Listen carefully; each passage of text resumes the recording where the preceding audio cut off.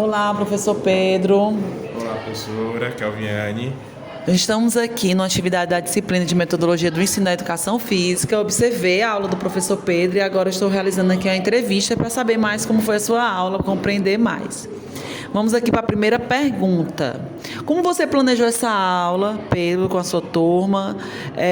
Você teve um foco mais em desenvolver habilidades técnicas específicas ou o aprendizado envolveu mais situações de jogo, contexto real? No caso específico dessa aula, eu trabalhei com a turma do Infantil 4. E como eu só tenho uma aula, geralmente minhas aulas são 2 aulas seguidas. E nessa turma específica, geralmente eu só tenho uma aula. E aí eu faço a seguinte divisão. Eu faço um trabalho mais técnico com eles, porque é meio que uma introdução para a aula seguinte, que vai ser do próximo professor. E aí a gente faz essa colaboração, um com a aula do outro. E aí, nesse caso, hoje eu trabalhei mais habilidades técnicas, trabalhei habilidades de saltos, trabalhei habilidades de locomoção também, e foi mais focado isso, na parte técnica dos movimentos. Ok, professor, você costuma adaptar suas aulas conforme a necessidade dos alunos?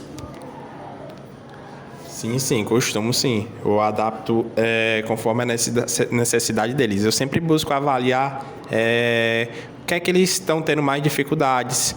Costumo também avaliar o que é que eles precisam aprender naquele momento ali.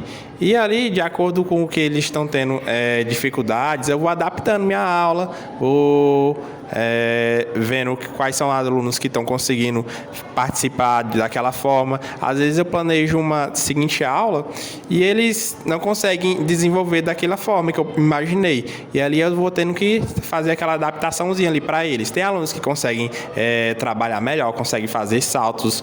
Às vezes, por exemplo, de saltos. Às vezes eu boto eles para fazer uns saltos bem distantes. Tem alunos que eles têm uma pequena dificuldade, têm um receio, e ali eu vou adaptando, vou colocando ali de acordo com a especificidade deles. Eu também tenho alunos que eles têm algum transtorno, e aí é a partir daí também que eu vou adaptando. Às vezes eu coloco faço uma aula e boto um jeitinho diferente, trabalho diferente com eles. Aí eu tenho que chamar eles, vou lá, faço diferente com eles, porque eu imagino que daquela forma que eu trabalhei com os outros não vai dar certo com eles. Muito bem. Agora nós vamos para o segundo tópico da entrevista, são os métodos de ensino.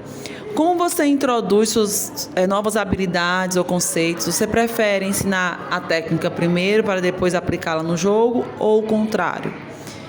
E também, assim, que tipo de feedback você dá aos seus alunos? Você corrige imediatamente os erros técnicos ou os orienta a encontrar soluções por conta própria durante a prática? Em relação ao método de ensino, eu primeiro ensino o contexto dependendo do jogo. Nesse caso, assim, nessa turma específica, eu vou diretamente, eu explico o que é que nós vamos trabalhar, eu explico, e depois eu começo a demonstrar a técnica, faço a técnica, e a partir dali, como eles são crianças, eles bem pequenininhos, eles geralmente trabalham melhor da forma de reprodução. Eu faço o movimento e ali eles reproduzem o movimento que eu trabalhei. E a partir dali eu vou fazendo, como se diz, os feedbacks, trabalhar a técnica, e aí eles vão fazer uns movimentos e ali eu vou deixando eles fazerem. Às vezes eu faço assim, às vezes não, durante a atividade eu fazendo as pequenas correções, não, é melhor dessa forma, dessa outra. No caso deles, geralmente eu trabalho com muito feedback e muitas correções, porque às vezes eles meio que saem do sentido da atividade. Aí eu tenho que sempre estar chamando a atenção, não, tem que fazer dessa forma e tudo mais. Porque eles querem fazer outra coisa. Às vezes eles estão ali, aí eles se dispersam muito fácil. Como eles são crianças bem novas, eles não têm aquela maturidade ainda de se concentrar naquela atividade. Às vezes qualquer coisa, se passa uma borboleta ali, pronto, ali já tirou a atenção deles. Aí toda hora eu tenho que chamar, falando, bora fazer isso, ó, tem que fazer isso e isso. Às vezes também eu acredito que eles até esquecem. Eu falo nós vamos fazer isso e isso. Aí às vezes tem alunos que eles chegam lá na hora e nem lembram o que é para fazer, porque eles são muito novos. E aí eu tenho que sempre repetir, ó, tem que fazer isso, isso e isso, para eles irem pegando. Eu ia fazer uma outra pergunta, mas você já respondeu, que são os ajustes durante as aulas, né? Professor Pedro, você acaba fazendo esses ajustes de acordo com o progresso do aluno. Sobre ainda métodos de ensino, você acredita que suas aulas ajudam no desenvolvimento dos alunos para além dessas habilidades físicas? Acredito sim. As habilidades físicas, com certeza, são muito importantes. Porém, as aulas, tanto para essa turma como outras, mais focado nessa turma, vão além da parte física. Por quê? Porque eles começam a trabalhar a cooperação. Eles também têm um respeito pelos colegas, porque, por exemplo, não dá para fazer com todos ao mesmo tempo. E ali, mesmo eu sabendo que eles são pequenos, eles têm um respeito pelo colega, eles aprendem a esperar a sua vez, mesmo eles sabem que, tipo assim, se eles não estão sentados, eles estão fazendo o quê? Não está legal, eles estão com um comportamento não legal, eles já têm aquela maturidade de saber disso, então eles ficam sentadinhos esperando a sua vez, e é isso, vai muito além da parte física. E também eu percebi, professor, nessa sua aula de hoje, que você levou também o contexto dos movimentos das habilidades físicas para os animais, né? Que aí também eu acredito que você pode estar aprofundando para o respeito para o meio ambiente, né? Fala um pouco mais sobre isso. Exatamente. Ali é um trabalho assim que eu posso até, eu nem pensei dessa forma assim, mas eu posso até conversar com a professora, que eu lhe apresentei, a professora Zuila, para a gente trabalhar um pouco mais sobre essa parte dos animais, respeito aos animais futuramente, repetir também, falar sobre aqueles movimentos que eles já viram. Às vezes, eu percebi também que naquele momento eu pedi para eles fazerem e reproduzir um movimento de algum animal, qualquer animal que eles quisessem. E teve algum Aí ficaram assim pensando, às vezes eles nem têm um repertório, um conhecimento vasto sobre animais. Quais animais eles conhecem? Às vezes ali pode a gente aprofundar muito mais ali, falar, existe esse animal, eles fazem esses movimentos. Então, trabalhar um trabalho conjunto com outra disciplina. Sim. Muito legal. E até, assim, te dou uma sugestão, professor Pedro, porque no Parque do Cocó, na Secretaria do Meio Ambiente, eles fazem um trabalho com os animais que tem na Caatinga, né, que é uma grande vegetação que a gente tem no Ceará. A gente tem bastante caatinga. Eles fizeram uma apostila. Eu tenho lá em casa essa apostila. Eu posso te emprestar essa apostila para crianças.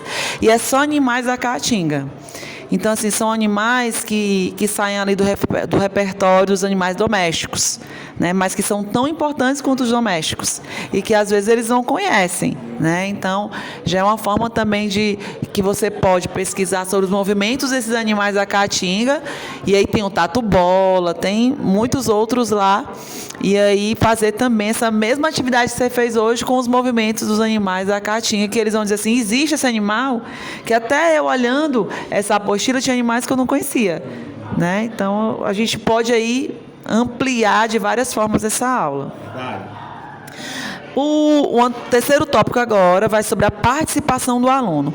Qual o papel do aluno durante a sua aula? Os alunos tomam decisões, ou eles seguem somente as suas instruções?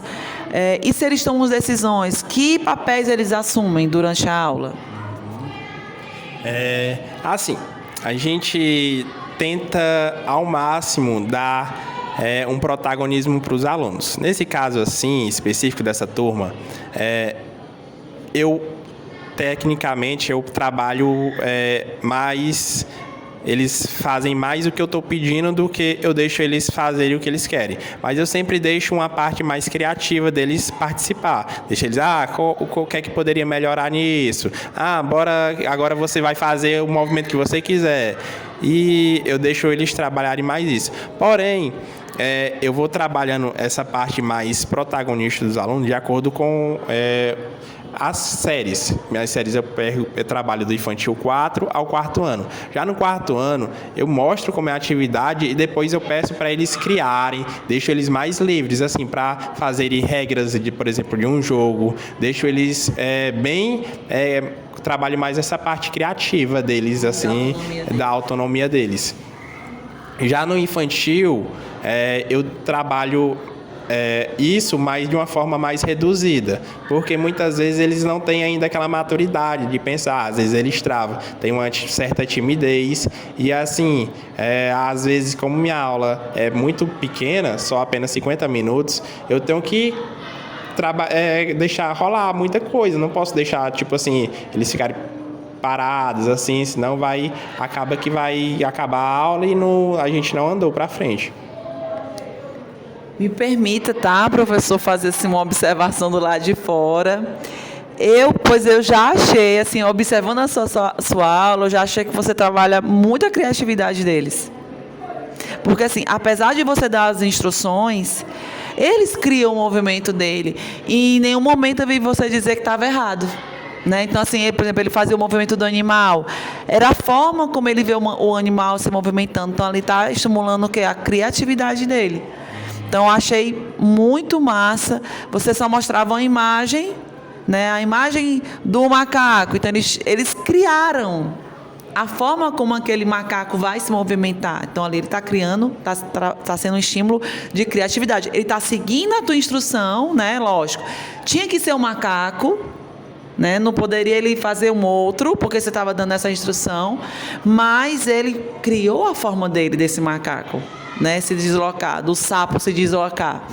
Então, assim, eu pode ter certeza que você estimula muito a criatividade dele, tá?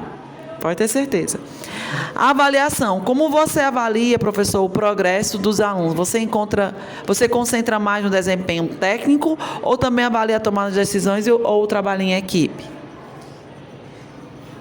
Assim, eu vejo as duas formas que são muito importantes, a parte técnica e essa tomada de decisões deles. Porém, eu faço... Você já falou, né? Que tipo, quando ele respeita o colega, espera a vez, né? Então, são tomadas de decisões que eles... Exatamente. Eu faço essa avaliação mesmo, assim, observatória, eu vou observando. Às vezes tem alunos que têm uma certa dificuldade técnica, que ali depois eu peço para ele repetir até mais vezes que os outros. Bora lá, bora fazer mais vezes e tudo mais, até ele conseguir se desenrolar. E assim, eu vou fazendo essas avaliações observatórias, observando qual aluno consegue fazer de uma forma mais tranquila. E tem alunos que têm habilidades técnicas mais desenvolvidas que outros, mesmo tendo idades parecidas e sendo tão novos. Mas eu não deixo só nisso. Não faço uma avaliação, tipo, aquele aluno errou, então ele está fraco para aquilo ali. Não. Eu faço uma avaliação observatória, vou tentando deixar eles mais à vontade, fico também observando também essa questão que você disse, se eles estão respeitando os colegas e tudo mais. Então, faço essas avaliaçõezinhas assim. E é bem tranquilo na parte do infantil fazer essa avaliação.